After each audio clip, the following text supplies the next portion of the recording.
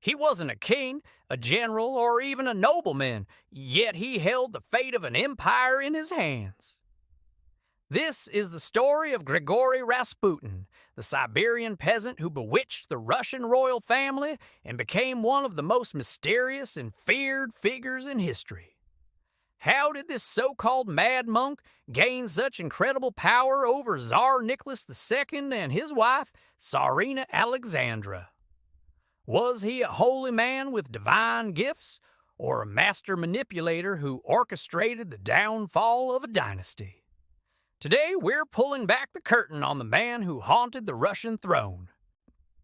Our story begins not in the gilded palaces of St. Petersburg, but in a remote Siberian village. Born Grigory Yefimovich Novik, the man we know as Rasputin was an uneducated peasant. In his youth, he gained a reputation for being rowdy and rebellious, earning the nickname Rasputin, which translates to the debauched one. But a profound spiritual awakening in his late 20s changed his path forever.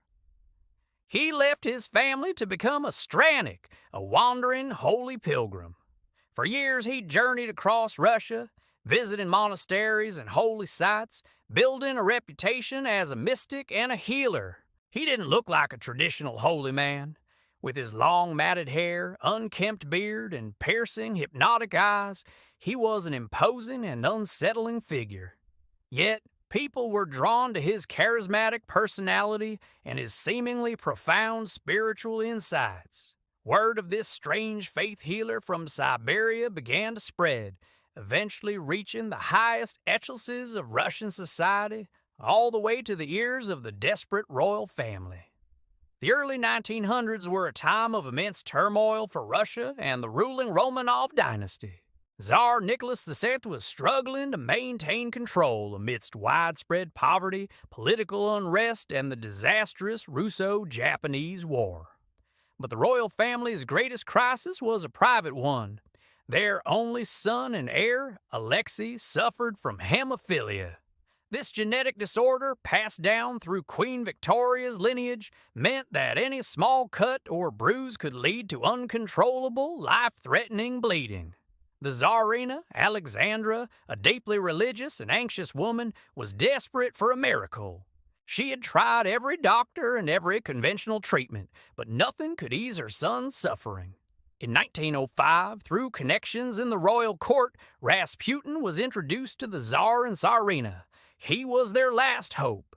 Shortly after their first meeting, an opportunity arose for Rasputin to prove his supposed powers.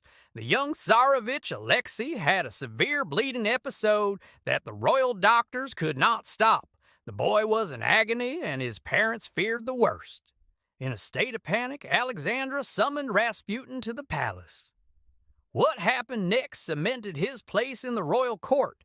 Accounts say Rasputin simply walked into the boy's room, sat by his bedside, spoke to him in a calm, soothing voice, and prayed.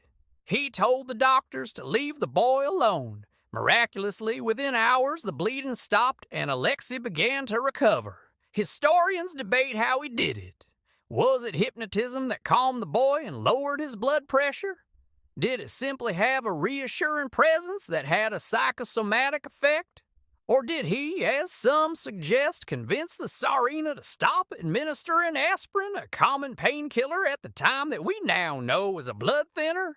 Whatever the reason to the desperate Tsarina, it was a divine miracle. Rasputin was God's messenger, the only one who could save her son. From that moment on, his influence over her, and by extension the Tsar, became almost absolute. With the Tsarina's unwavering trust, Rasputin's influence exploded. He became her closest confidant and spiritual advisor. She referred to him as our friend and believed he spoke with the voice of God. Because Tsar Nicholas II often deferred to his wife's judgment on personal matters, Rasputin's opinions began to shape political decisions. He would offer advice on everything from military strategy to the appointment of government ministers. If a politician wanted to gain favor or secure a position, they first had to get Rasputin's approval. This gave an uneducated peasant from Siberia unprecedented power over the Russian Empire. Naturally, the Russian nobility and government officials were horrified. They saw Rasputin as a corrupt and dangerous charlatan who was manipulating the royal family for his own gain. Rumors swirled about his scandalous private life, his heavy drinking, and his alleged affairs with high society women.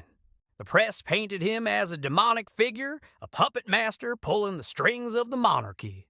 The more the public hated him, the more Alexandra defended him, further isolating the royal family from their people and their government.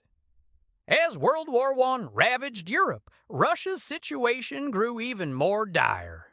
Tsar Nicholas II made the fateful decision to go to the front lines to command the army himself, leaving Tsarina Alexandra in charge back in the capital. And who was her chief advisor? Grigory Rasputin. Together they dismissed competent ministers and replaced them with Rasputin's cronies, causing chaos in the government and crippling the war effort. The supply lines failed, soldiers were sent to the front without rifles or proper boots, and the Russian people starved. The blame fell squarely on the Tsarina and her German heritage, and on the mad monk who was seen as her evil puppeteer. The Russian aristocracy decided that for the good of the country, Rasputin had to be eliminated. They believed that if they could just remove this one man, the Tsarina would come to her senses, and the monarchy could be saved. The plot to kill Rasputin is as legendary and bizarre as his life. In December 1916, a group of conservative noblemen, led by Prince Felix Yusupov, lured Rasputin to the Moika Palace under the pretense of meeting Yusupov's beautiful wife, Irina. Their plan was simple: poison him. They fed him cakes and wine laced with a massive dose of cyanide, enough to kill several men. But to their astonishment, Rasputin showed no ill effects. He just kept eating and drinking, asking when the lady of the house would appear. Panicked, Yusupov excused himself, grabbed a revolver, and returned. He shot Rasputin in the chest, and the monk collapsed to the floor. The conspirators thought their work was done. But as Yusupov leaned over the body to check for a pulse, Rasputin's eyes snapped open. With a roar, he leapt to his feet, grabbed Yusupov, and staggered out into the palace courtyard. The other conspirators rushed after him, shooting him 2 more times, once in the back and once in the head. He fell into the snow, finally still, but to be absolutely certain, they wrapped his body in a curtain, drove it to the Malaya Nevka River, and dumped it through a hole in the ice. When Rasputin's body was recovered a few days later, the autopsy report added another layer to the myth. Despite being poisoned and shot multiple times, the official cause of death was drowning. Water was found in his lungs, suggesting he was still alive when he was thrown into the freezing river. The story of his incredible resilience, even in death, only amplified his legendary status. But the conspirators' plan had backfired spectacularly. Instead of saving the monarchy, Rasputin's murder shattered the last vestiges of its authority. The Tsarina was devastated, and the public saw the murder as proof that the aristocracy was just as corrupt and chaotic as the man they killed. Just a few months later, in March 1917, the Russian Revolution erupted. The people, pushed to the brink by war, hunger, and a government in shambles, rose up. Tsar Nicholas II was forced to abdicate, ending 3 centuries of Romanov rule. The royal family was placed under house arrest, and a year later they were executed, bringing a bloody end to the Russian Empire.